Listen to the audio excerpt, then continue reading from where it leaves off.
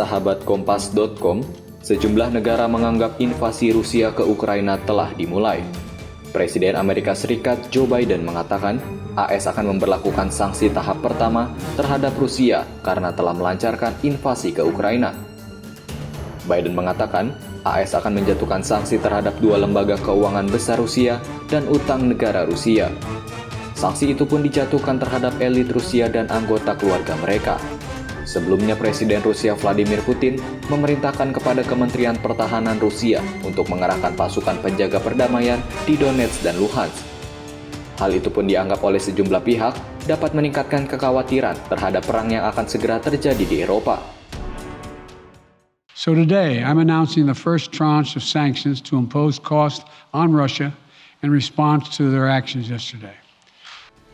AS sebelumnya berjanji akan menjatuhkan sanksi berat terhadap Rusia jika menginvasi Ukraina. Sanksi itu diberikan untuk mengeluarkan mereka dari sistem perbankan AS, melarang berdagang dengan orang Amerika, dan membekukan aset AS mereka. Biden juga akan menjatuhkan sanksi terhadap utang negara Rusia, yang berarti pemerintahan Rusia akan terputus dari pembiayaan Barat. Biden mengatakan AS akan terus memberikan bantuan pertahanan ke Ukraina tanpa berniat memerangi Rusia. Ia mengizinkan pergerakan tambahan pasukan AS yang sudah ditempatkan di Eropa.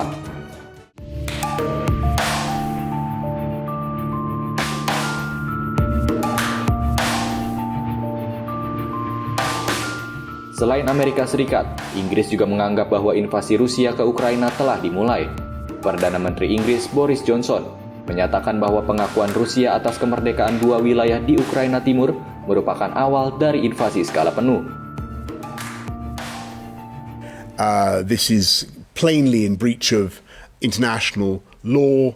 It's a violation, a flagrant violation of the sovereignty and integrity of of Ukraine. It is a repudiation of the Minsk process and the Minsk agreements, and I think it's a very ill omen and a very dark sign. And it certainly does not seem to me that it's certainly an indication, yet another indication, that things are moving in the wrong direction in Ukraine. Inggris juga akan memberikan sanksi kepada 5 bank Rusia dan 3 orang kaya Rusia. Boris Johnson mengatakan Rusia salah perhitungan jika menginvasi Ukraina. Kanada, negara lain yang juga telah mengumumkan sanksi ekonomi pertama terhadap Rusia.